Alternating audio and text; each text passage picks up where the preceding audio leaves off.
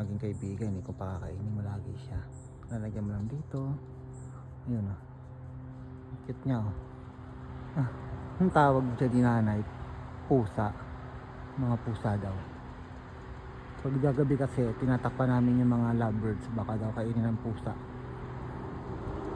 Wow, cute ah.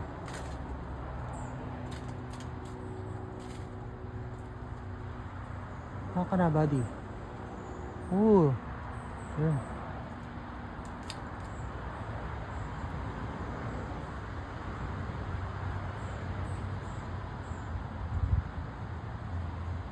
Hello, buddy. Buddy. Baka ihian ako ah. Ang cute man.